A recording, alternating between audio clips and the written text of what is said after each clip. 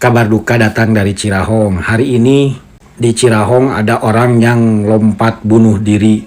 Padahal kejadian itu bisa dicegah apabila ada penjaga. Mohon maaf Bapak, ada yang jaga itu bukan jaminan. Kalau Bapak tidak percaya, silahkan Bapak jaga selama 24 jam di jembatan Cirahong. Aya nu ningali KDM gubernur konten nonton Persib teh nya. Ada Bapak, bahkan ketika merayakan kemenangan Persib, disambutnya oleh Ustadz Kondang, yaitu AA Ilman Fauzi.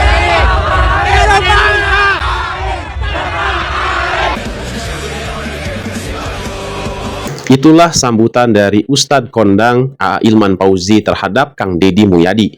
Sekarang pertanyaannya, Bapak pengacara yang terhormat, di mana posisinya ketika itu? Nggak bisa gitu dong. Tanya dulu bangun tahun berapa. Dasarnya dasar hukumnya. Seperti penertiban Pasar Cicadas, awalnya banyak dicaci, tetapi sekarang banyak yang mengapresiasi. Bersih. Wow, luar biasa. Yang selama ini bertahun-tahun. Umat Islam di provinsi-provinsi ini mungkin memang lebih keras, lebih fanatik dan lebih keras. Nah itu yang satu di Jabar, satu lagi di Sumbar. Saya nggak tahu yang ada barbarnya ini. Justru provinsi yang paling menunjukkan sikap toleransi adalah di Jawa Barat. Salah satunya yaitu di daerah Bogor, Surya Kencana, dan Empang. Di sana kita bisa melihat kerukunan antar umat beragama. Assalamualaikum warahmatullahi ta'ala wabarakatuh. Sampurasun. Baraya, bagaimana kabarnya? Semoga Baraya selalu dalam keadaan sehat walafiat dan diberikan rezeki yang melimpah oleh Allah Subhanahu wa Ta'ala. Amin, amin, ya Allah, ya Rabbal Alamin. Kembali lagi si Bapak pengacara yang memang beliau ini ya selalu nyinyirin Kang Deddy Mulyadi. Awalnya sih mungkin beliau membuat piti-pitinya untuk mengkritisi kebijakan Kang Deddy Mulyadi. Akan tetapi semakin kesini kritikannya itu berubah menjadi lebih condong kepada nyinyirin Kang Deddy Mulyadi. Ya mungkin beliau ini ya sudah kehabisan akal bagaimana caranya menyerang Kang Deddy Mulyadi. Dan sekarang ini ada dua serangan terbaru dari beliau, yaitu yang pertama terkait dengan jembatan Cirahong. Dikarenakan jembatan Cirahong itu kemarin pada hari Jumat kalau tidak salah ada kejadian bundir di sana. Dan kemudian si Bapak pengacara ini membuat sebuah piti yang mempertanyakan. Pertanyaannya ini seolah-olah menyalahkan Kang Deddy Mulyadi terkait dengan orang yang melakukan bundir di sekitaran jembatan Cirahong tersebut. Bagaimana pertanyaannya nanti kita akan simak. Dan piti yang kedua yang beliau buat itu terkait dengan Persib yang alhamdulillah ya Persib, kita ucapkan selamat terlebih dahulu kepada Persib sudah menjadi juara hat-trick ketiga dan kita doakan nanti menjadi juara keempat ya, keempat kalinya maksudnya.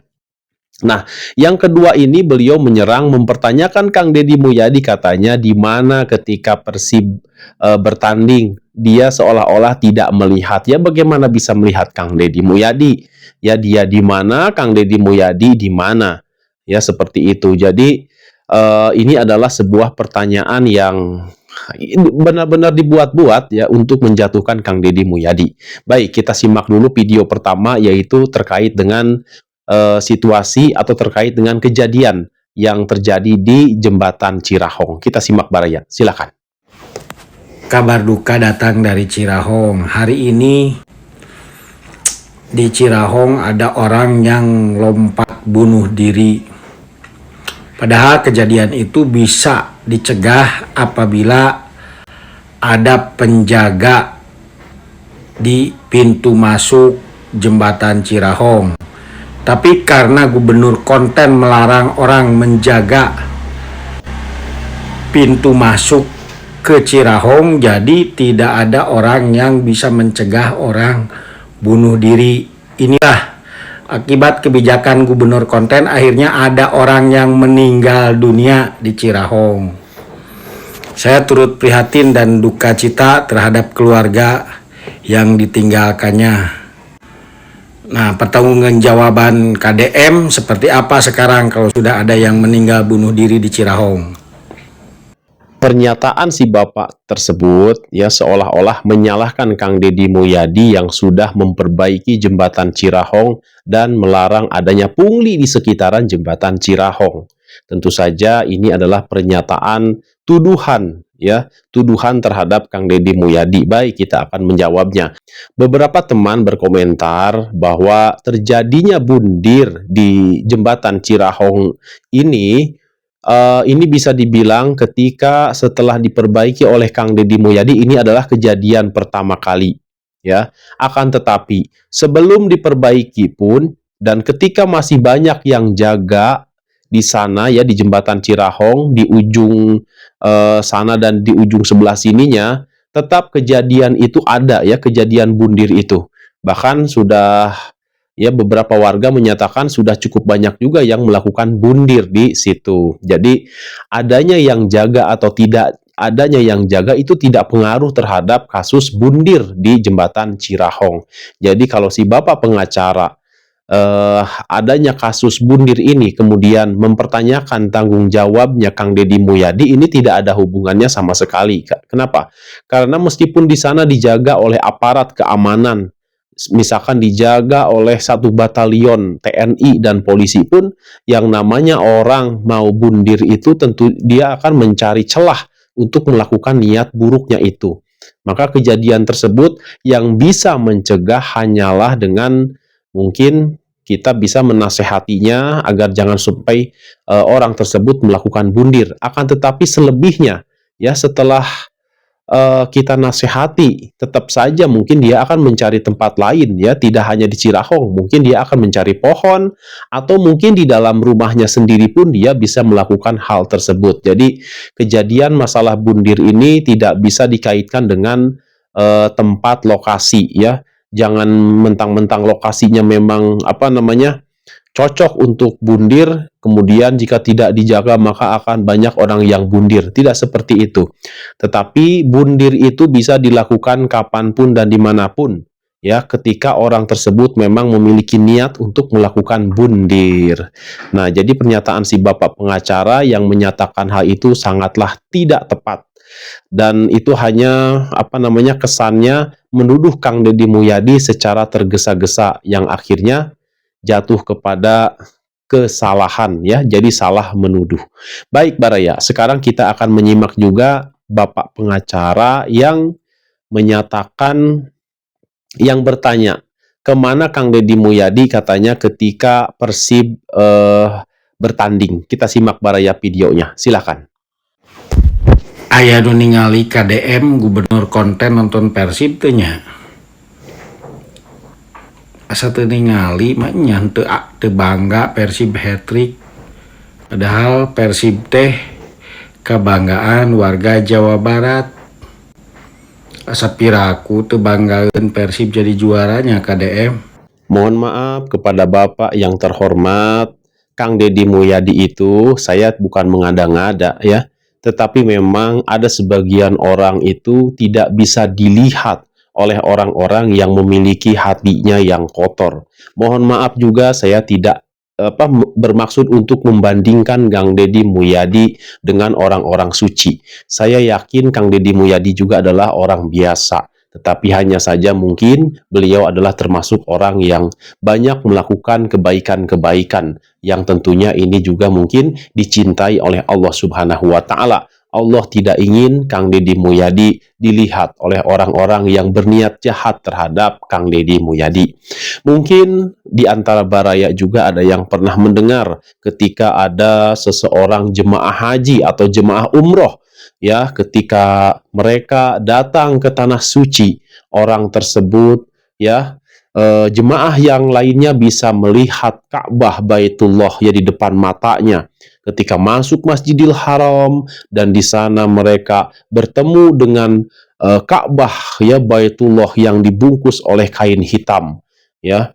Kemudian ada salah seorang yang kehilangan penglihatan, seolah-olah Ka'bah itu tidak ada. Ka'bah itu tidak ada. Tetapi teman-temannya yang lain karena mungkin hatinya ikhlas untuk datang ke sana ya, ke tanah suci, niatnya untuk beribadah kepada Allah, untuk ruku dan sujud, memohon ampun ya kepada Allah Subhanahu wa taala, mensucikan diri, mentauhidkan Allah, mereka bisa melihat Ka'bah itu dengan jelas di depan mata mereka. Tetapi salah seorang di antara mereka mengaku tidak bisa melihat Ka'bah. Ya, tidak bisa. Di mana Ka'bah itu ternyata tidak ada. Kenapa?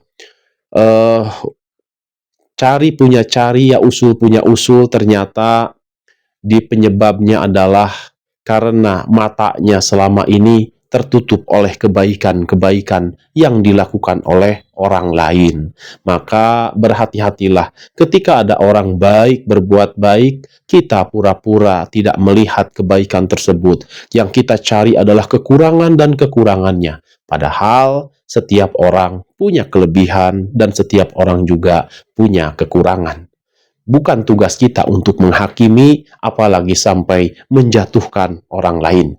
Baik Baraya, sekarang kita akan menyimak bagaimana ketika Kang Deddy Mulyadi hadir di acara perayaan kemenangan Persib Bandung bersama dengan Bobotoh. Di sana hadir ribuan, bahkan mungkin jutaan manusia di sana hadir, yang tadinya kota Bandung itu biasa saja menjadi nampak biru ya oleh kerumunan jutaan manusia yang hadir di sana. Dan Kang Deddy Mulyadi berkesempatan hadir ikut merayakan bersama dengan tim Persib dan juga bertemu dengan salah satu Ustadz kondang yakni A. Ilman Fauzi. Baik Baraya, langsung aja kita simak tayangannya. Silakan.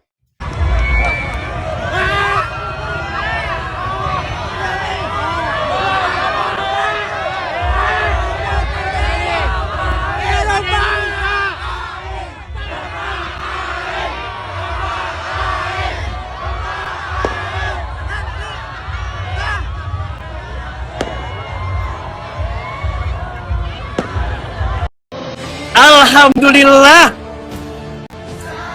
Persib juara lagi tahun ini. Doa-doa kita Allah kabulkan, usaha kita Allah buktikan dengan juara lagi tahun ini. Selamat untuk Persib, selamat untuk manajemen dan seluruh pemain dan juga Bobotoh untuk setiap doa yang dilantunkan. Semoga ini jadi kado terindah untuk kita semua. Terus cintai Persib, terus bangga dengan Persib. Dan jangan pernah putus doa-doa terbaik. Insya Allah tahun depan kita juara lagi, insya Allah. Amin ya rabbal alamin. Atur nuhun. Salam dari Gebela.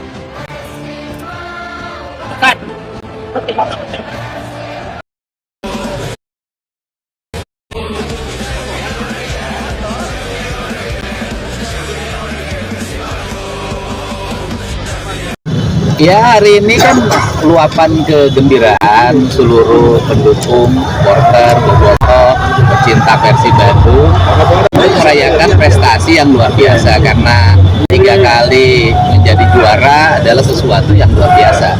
Nanti apabila kalau 4 kali berarti di atas luar biasa, spesial.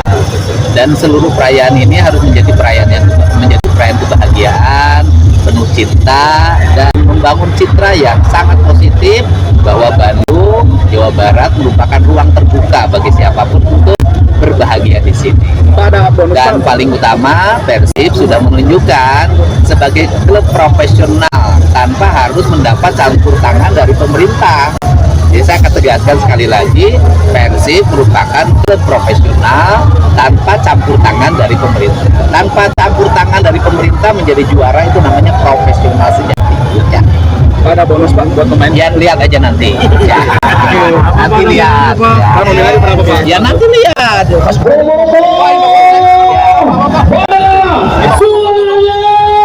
Nah, ini kita lagi bonceng si cantik. Kita jalan-jalan keliling kota Bandung merayakan Persib juara yang ketiga kalinya. Kamu bahagia nggak hari ini? Aduh, bahagia banget ya. Bahagia banget, bahagia sekali. Peluk aku dong, peluk dong. Aduh, luar biasa. Salam buat seluruh Bobotoh. Salam buat Bobotoh. Bobotoh, lain Bobotoh. King dan seluruh para pecinta Persib. Buat pelatihnya oke banget, seluruh pemainnya keren. Pak Umu juga makin ganteng. Salah. Peluk lagi deh. Oke. Aduh. Itulah kedekatan Kang Deddy Mulyadi dengan pejabat, dengan ustadz, dengan rakyat, kakek-kakek, nenek-nenek yang tua dan yang muda. Kang Deddy Mulyadi dekat dengan siapapun. Nah, sekarang kita akan menyimak bagaimana kondisi Pasar Cicadas setelah dirapihkan oleh Kang Deddy Mulyadi. Awalnya Kang Deddy Mulyadi dicaci. Intinya gini, lihat apa? Kami LPKI Cicadas itu bukan ilegal. Kami legal. Punya surat. Ini dari CPN. Nggak bisa. Dan kita juga nggak tahu pembongkaran ini tanpa ada pemberitahuan. Ini tidak ada pemberitahuan. Tidak ada pemberitahuan. Dan nomor kami nggak bisa gitu dong. Tanya dulu ini dibangun tahun berapa. Dasarnya dan kita punya dasar hukumnya. Dan kemudian sekarang Kang Deddy Mulyadi banyak yang mengapresiasi. Itulah kalau orang yang berjalan di jalan yang benar. Awalnya mungkin ada yang tidak setuju, tetapi Allah akan menurunkan orang-orang yang setuju karena kebenaran tidak mungkin akan kalah oleh yang namanya kejahatan. Baik Baraya, langsung aja kita simak tayangannya. Silakan. Bersih. Wow. Luar biasa. Yang selama ini bertahun-tahun tidak ada solusi. Terlihat hari ini trotoar Cicadas lenglang seperti bulan purnama. Wah, luar biasa nih. Berapa periode ini tidak bisa menyelesaikan masalah ini.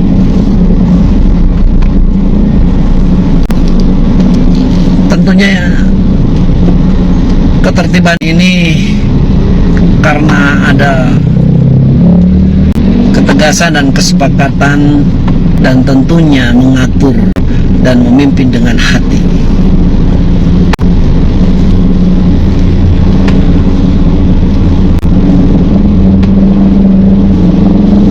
Dan damai, itu yang paling penting.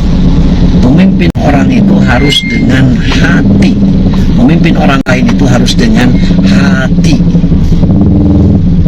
Maka pendekatannya pun harus secara tepat. Bagaimana cara menyelesaikannya? Tembus sampai ujung guys. Semuanya. Oh, ternyata ada pembangunan jalan yang sampai mencorok ke aspal. Demikian dilaporkan di Cicadas. Kita sebagai orang awam mungkin tidak bisa melihat apa yang dilihat oleh Kang Deddy Mulyadi. Kang Deddy Mulyadi sebagai pemimpin Jawa Barat, orang nomor 1 di Jawa Barat, beliau bisa melihat bahwa ketika diperbaiki itu trotoar Cicadas, ya, dirapihkan bangunan-bangunan liarnya yang ada di trotoar sekitar Pasar Cicadas, maka akan nampak kerapihan, keindahan, ya. Kemudian hak-hak pejalan kaki pun di sana bisa dikembalikan lagi fungsinya sebagaimana awal, yaitu untuk para pejalan kaki. Nah, terbukti bahwa setelah itu dirapihkan bangunan-bangunannya, nampak begitu indah, ya, seperti tempat-tempat pariwisata lainnya di sekitaran Cicadas tersebut. Masya Allah, luar biasa. Ya, memang harus seperti itulah ya, ketika sebuah kota harus ada trotoarnya untuk para pejalan kaki. Untuk apa? Yaitu karena kota itu kan banyak dikunjungi oleh orang-orang ya, yang mau bermain ke sana, berwisata. Kalau tempat buat pejalan kakinya tidak disediakan, kasihan juga jauh-jauh datang dari luar daerah atau mungkin dari luar negeri untuk berkunjung ke daerah Bandung. Pas di sana mereka tidak memiliki tempat jalan khusus untuk menikmati suasana di kota tersebut, yang akhirnya mereka malas datang kembali untuk ke kota tersebut. Nah, dengan adanya Kang Deddy Mulyadi yang memiliki visi dan misi, yaitu menjaga kampung, menata kota, alhamdulillah Akhirnya pasar Cicadas sekarang menjadi rapih dan pembersihannya pun sekarang mulai diprogres. Dan alhamdulillah banyak masyarakat juga yang merasa senang mengapresiasi salah satunya tadi yang sudah kita simak lewat media sosialnya. Ya, baik Baraya, sekarang ada seorang pegiat media sosial yang menuduh warga Jawa Barat itu berperilaku barbar. Ini adalah sebuah fitnah dan tuduhan. Ini ingin mencoreng warga Jawa Barat. Apa yang dia katakan tidak sesuai dengan ucapannya. Warga Jawa Barat adalah orang yang paling toleran. Terbukti dari berbagai macam daerah ada di Jawa Barat. Berbagai macam keyakinan ada di Jawa Barat. Jadi kalau Abu Janda atau Permadi Arya menyatakan orang Jawa Barat ini barbar, dia sudah melakukan sebuah fitnah dan sebuah ucapan yang sangat keji terhadap warga Jawa Barat. Baik, Baraya, kita simak dulu pernyataannya. Silakan. 3 tahun terakhir ini, Bapak-Bapak, Ibu-Ibu, Kristen fobia itu, atau sentimen anti-Kristen lah, itu lumayan parah di negara kita. Tidak di semua wilayah, of course, Pak Gem. Wilayah tengah, wilayah timur lumayan kondusif. Banyak kasus intoleransi itu terjadi di waktu Indonesia bagian Barat, di WIB. Jawa Barat, Banten, Lampung, Sumatera Barat, Riau, Sumatera Utara, sama yang paling ujung saya nggak usah sebut namanya lah, udah no comment lah gitu kan. Jadi mungkin nih umat Islam di provinsi-provinsi ini mungkin memang lebih keras, lebih fanatik dan lebih keras. Nah itu yang satu di Jabar, satu lagi di Sumbar. Saya nggak tahu nih yang ada barbarnya nih.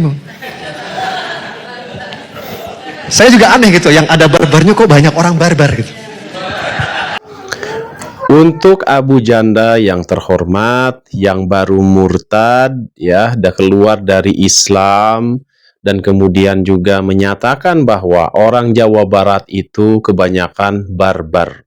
Nah, ucapannya ini sungguh adalah sebuah kedustaan, ya.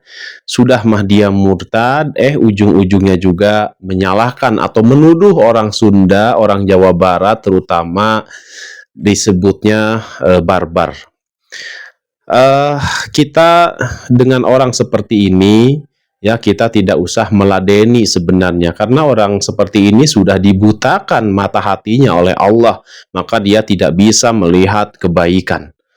Kalau orang Sunda atau orang Jawa Barat itu berperilaku barbar, maka di Jawa Barat ini tidak akan menjadi provinsi dengan penduduk jumlah terbanyak. Terbanyak apanya? Jumlah penduduknya. Jawa Barat terbanyak. Tidak hanya jumlah penduduknya yang terbanyak, tetapi juga beraneka ragam keyakinan ada di Jawa Barat. Ya, contoh kecilnya jangan jauh-jauh deh, di Bogor. Di Bogor ada yang namanya Jalan Surya Kencana. Silahkan ya, bagi Baraya yang belum tahu wilayah Bogor, silahkan berkunjung ke Jalan Surya Kencana atau searching deh di Google Map seperti apa itu Jalan Surya Kencana. Dan kita warga Bogor, ya, warga pribumi, hidup rukun tuh dengan teman-teman kita yang ada di Jalan Surya Kencana ataupun di tempat-tempat lainnya yang bertebaran, yang tersebar di daerah-daerah lainnya. Bergeser sedikit ke Empang, ya, silahkan searching di Google Map. Empang itu dihuni oleh teman-teman kita yang kebanyakan dari Timur Tengah. Kita hidup rukun tuh dengan teman-teman kita yang ada di daerah Empang Bogor, di Surya Kencana, di Empang Bogor, di mana lagi Baraya? Banyak. Sekarang di daerah sekitaran kampung saya pun banyak juga orang-orang Korea, ya, yang ngomongnya Nyong Asyo. Bahkan mereka berpindah ke warga negaraan menjadi warga negara Indonesia. Bahkan mereka kemarin bertemu dengan saya mencoblos kepala desa. Ya, orang Korea itu mencoblos kepala desa. Ini benar terjadi. Namanya Mr. Kim, ya. Dia sekarang sudah pindah ke warga negaraan menjadi warga negara Indonesia. Masalah keyakinan, dia masih memegang keyakinannya yang dari Korea. Dan kita hidup rukun, tidak mengganggu satu sama lainnya. Itu membuktikan bahwasanya warga Jawa Barat itu adalah orang yang paling toleran. dibandingkan dengan daerah-daerah lainnya mungkin yang ada di Indonesia ini. Atau bisa jadi seluruh daerah di Indonesia ini adalah paling toleransi. Jadi jika Abu Janda menyatakan bahwa Jawa Barat ini adalah daerah yang barbar, nah ini adalah tuduhan keji. Mari ya warga Jawa Barat, kita juga jangan mudah terprovokasi ya buat teman-teman yang beragama Kristen ya, dengan kedatangan Abu Janda ini, dengan masuknya Abu Janda ini keluar dari Islam dan masuknya Abu Janda ini ke agama Kristen. Hati-hati ya, jangan terpengaruh oleh ucapan Abu Janda ini. Ini banyak kedustaannya ya. Dia sudah berdusta menyebut warga Jawa Barat barbar. Demikian Baraya tayangan kali ini. Mohon maaf bila ada salah kata. Saya akhiri dengan wabillahi taufiq wal hidayah. Wassalamualaikum warahmatullahi taala wabarakatuh. Terima kasih.